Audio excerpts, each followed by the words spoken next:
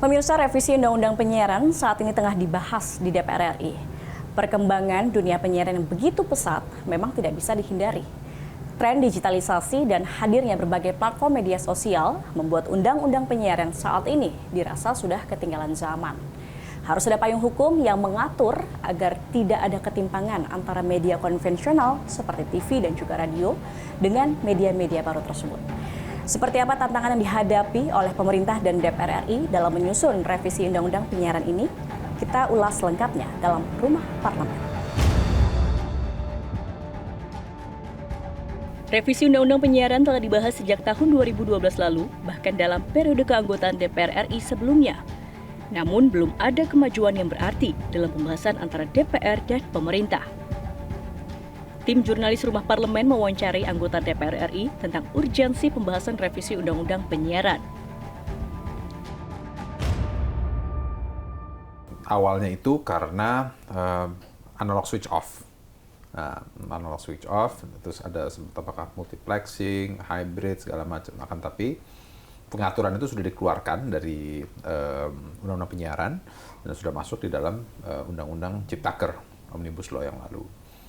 Nah, lalu sekarang yang menjadi permintaan dari kebutuhan masyarakat, baik dari TV swasta, TV pemerintah, LPP, yaitu mengenai digital platform.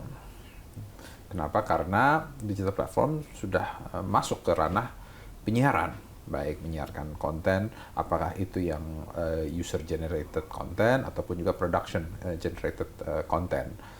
Production generated content kan itu ya seperti sama kayak sinetron di TV tapi disiarkan di platform-platform media sosial, apakah itu di YouTube ataupun juga di Netflix ataupun juga di siaran online streaming lainnya.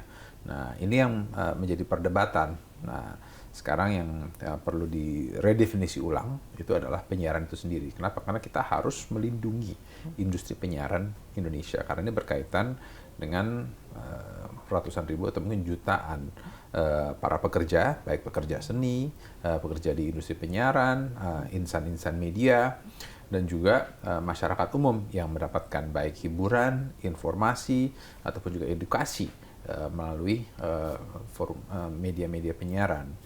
Kalau apa saja yang diatur, memang kita belum mulai membahas secara detail karena kita masih harus meredefinisi ulang penyiaran itu sejauh mana.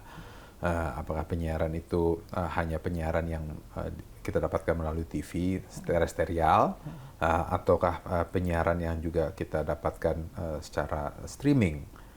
Karena ini semua sama, semua itu tersampaikan ke masyarakat secara umum.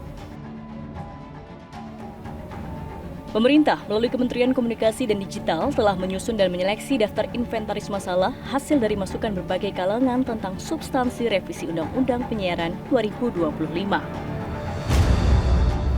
Poin penting apa saja yang menjadi perbedaan dalam isi RUU Penyiaran yang baru dengan Undang-Undang versi lama menjadi isu pembahasan diskusi dengan para stakeholder. Tim jurnalis Rumah Parlemen mewawancarai Wakil Menteri Komunikasi dan Digital Republik Indonesia tentang perbedaan substansi yang menjadi bahasan RUU Penyiaran. Ya, kita berharap undang-undang ini bisa mewadahi aspirasi yang muncul ya. Terutama kalau kita lihat industri penyiaran 20 tahun belakangan ini itu banyak sekali perubahan-perubahan terjadi karena disrupsi teknologi seperti yang kita diskusikan tadi. Yang pertama kehadiran platform-platform media digital, dalam hal ini media sosial yang bisa juga melakukan kegiatan broadcasting, itu yang pertama. Apakah dia akan diatur dalam undang-undang penyiaran ataukah dia terpisah. Ini menjadi diskusi yang saya kira cukup hangat. Nah, lalu yang kedua bagaimana membangun satu ekosistem industri yang sehat, baik bagi penyiaran maupun buat platform media digital ini atau platform media sosial ini. Terus yang ketiga, bagaimana pemerintah itu bisa mengatur ataupun mengawasi sesuai dengan harapan masyarakat ya, satu lanskap komunikasi digital yang sehat gitu, termasuk juga lewat penyiaran. Senada dengan pemerintah, Lembaga Pengawasan Penyiaran menilai aturan yang ada belum mampu mengakomodasi perubahan yang begitu cepat. Dalam kesempatan lain, tim jurnalis Rumah Parlemen mewawancarai Ketua Komisi Penyiaran Indonesia tentang urgensi dilakukannya revisi Undang-Undang Penyiaran. Kewenangan kami dalam melakukan pengawasan sampai hari ini sesuai Undang-Undang Penyiaran existing, KPI kewenangannya melakukan pengawasan terhadap siaran TV dan radio. Bahkan TV dan radio yang streaming pun kami tidak memiliki kewenangan ke sana, jadi cuma free to air. Jadi tentunya penting bagi kami bahwa regulasi yang baru ini untuk dihadirkan dalam konteks bagaimana masyarakat sebagai penerima siaran, baik yang melalui media existing maupun media baru, sama-sama ada pengawasan, dan tentunya bagi kami yang penting lagi adalah proses bisnis di dua, baik di media existing maupun di media baru, sama-sama ada keadilan dan proporsional. Tidak pernah ada konsep bahwa ada tujuan untuk memberangus demokrasi. Justru undang-undang ini kita perbaiki untuk memastikan demokrasi itu berjalan dengan baik dan masyarakat tetap dapat menyampaikan aspirasinya dan mendapatkan informasi dengan baik dan benar.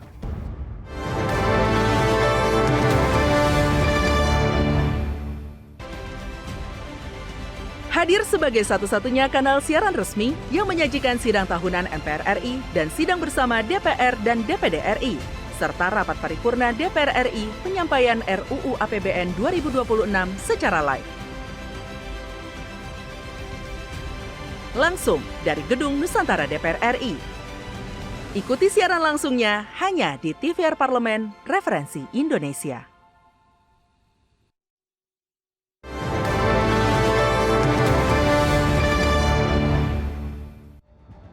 Proses pembahasan RUU Penyiaran telah masuk dalam rencana prioritas DPR RI tahun ini.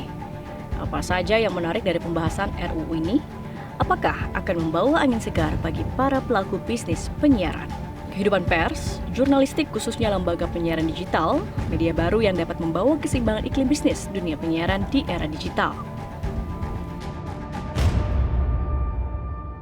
Ya, justru dilakukan revisi ini karena pertama tuh menyesuaikan dengan perkembangan zaman. Ya, karena kan sekarang sudah ASO, jadi sudah tidak lagi analog, jadi sekarang semua sudah digital. Terus juga definisi penyiaran pun juga sudah berubah. Yang mungkin waktu pertama kali undang-undang ini dibuat tahun 2002, tidak berpikir perkembangan penyiaran ini akan secepat ini, ya. Di mana media sosial berkembang begitu cepat sehingga menggerus penyiaran ataupun TV-TV konvensional. Nah, semua TV-TV swasta itu kan hidupnya dari iklan. Nah, ya iklan, para pengiklan pun ya itu juga sudah semakin beralih dari beriklan di TV konvensional masuk ke siaran digital. Dan ini juga menyebabkan banyak kematian industri di penyiaran. TV-TV lokal banyak yang akhirnya tutup. Terus juga terjadi PHK besar-besaran di sejumlah stasiun TV, ya, karena melakukan efisiensi dikarenakan menurunnya pendapatan akibat berkurangnya iklan. Nah, ya hal inilah yang menjadi panutan untuk kita memperbaiki sistem agar memastikan industri penyiaran itu jangan sampai kolaps ke depannya. Nah, ya hal inilah yang perlu diatur agar Agar masyarakat itu mendapatkan hiburan yang berkualitas, hiburan yang informatif dan hiburan yang mendidik gitu. Nah, dan juga para pelaku industri ya baik di TV ataupun juga para pelaku seni itu jangan sampai kehilangan wadahnya. Kita mencoba mengkaji lebih dalam dengan semua stakeholder yang ada untuk mengatur ya ataupun mengambil jalan tengah di mana keseimbangan antara platform media sosial dengan industri penyiaran itu bisa tercapai gitu, bisa tercapai. Artinya mereka berada di dalam satu ekosistem industri yang sama. Dan karena itu hubungan bisnis to bisnisnya gitu itu juga harus memenuhi playing field yang sama gitu. Jadi kita menginginkan adanya satu iklim industri penyiaran yang sehat di mana di dalamnya kegiatan penyiaran ini atau broadcasting ini juga dilakukan oleh platform media digital, dalam hal ini media sosial. Kita berharap masyarakat ikut aktif ya dalam mendiskusikan hal ini, karena industri penyiaran ini bukan hanya milik pelaku-pelaku industri saja, tapi ini informasi yang beredar di atasnya yang disebarkan, lalu juga aktivitas jurnalistik yang dilakukan melalui penyiaran, semuanya punya manfaat yang besar buat masyarakat dan harus menjadi milik masyarakat juga. DPR RI dan pemerintah berupaya menghadirkan undang-undang yang berkualitas. Berbagai masukan dan saran telah disuarakan oleh semua unsur terkait RUU penyiaran. Maka, ketika undang-undang penyiaran baru kelak diberlakukan, dapat mengakomodasi rasa keadilan masyarakat. Gitu, tidak pernah ada konsep bahwa ada tujuan untuk memberangus demokrasi. Justru undang-undang ini kita perbaiki untuk memastikan demokrasi itu berjalan dengan baik dan masyarakat tetap dapat menyampaikan aspirasinya dan mendapatkan informasi dengan baik dan benar. Yang kita ketahui berdasarkan monitoring kita di media gitu, dan juga komunikasi kita melalui stakeholder dan juga masyarakat sipil, kita belum menemukan ada pasal-pasal yang mengarah ke pengekangan kebebasan pers. Dan perlu juga dicatat bahwa soal kebebasan pers ini sudah diatur di Undang-Undang Pers nomor 40 tahun 99, dan di situ jelas sekali bahwa pemerintah menjamin yang namanya kemerdekaan pers itu, dan semua konten yang berkaitan dengan jurnalisme ataupun kegiatan jurnalistik itu diatur oleh undang-undang dan dijamin pelaksanaannya juga oleh undang-undang, dan bahkan jika ada sengketa masyarakat dengan pers atau pihak manapun dengan pers, maka akan diselesaikan lewat Dewan Pers. Dalam proses pembahasan RUU itu perdebatan itu pasti ada. Tentu semua bicara kepentingan, tapi kita harus sama-sama ada titik temu. Kita tidak perlu memperlebar titik tengkar kita, tapi kita harus menjadikan titik temu mana yang kira-kira konteksnya adalah bangsa negara kita. Bangsa ini harus berdaulat, penyiarannya harus sesuai dengan kebutuhan masyarakat, dan masyarakat juga diberikan nanti ke depannya siaran-siaran baik di media konvensional, di platform media baru juga sesuai norma-norma ketimuran adat kita. Indonesia yang gemah Pahloh Jinawi harus juga disanggah, dijaga melalui penyiarannya. Karena apa? Tontonan di lembaga penyiaran maupun media baru pasti punya pengaruh secara kognitif terhadap generasi bangsa. Kita punya cita-cita Insyaallah 2045. Salah satunya peran media penyiaran juga cukup besar andilnya di sana. Tentunya dengan revisi undang-undang penyiaran yang saat ini proses berlangsung, kita berharap semua komponen dilibatkan dan arah tujuannya dalam rangka ya seperti tujuan di undang-undang penyiaran yang existing, memperkukuh keutuhan integrasi bangsa, menjaga watak nusa dan bangsa, iman dan takwa, dan yang lain-lain. Keterlibatan masyarakat dalam pembahasan revisi Undang-Undang Penyiaran diharapkan mampu menghasilkan substansi undang-undang yang berkualitas dan mampu menjawab segala tantangan perubahan zaman.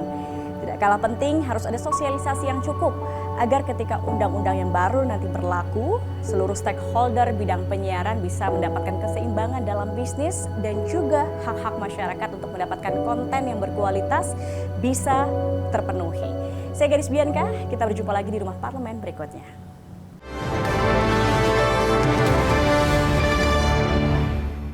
Jelajahi cara baru mendapatkan informasi. Download Metro TV Extend sekarang.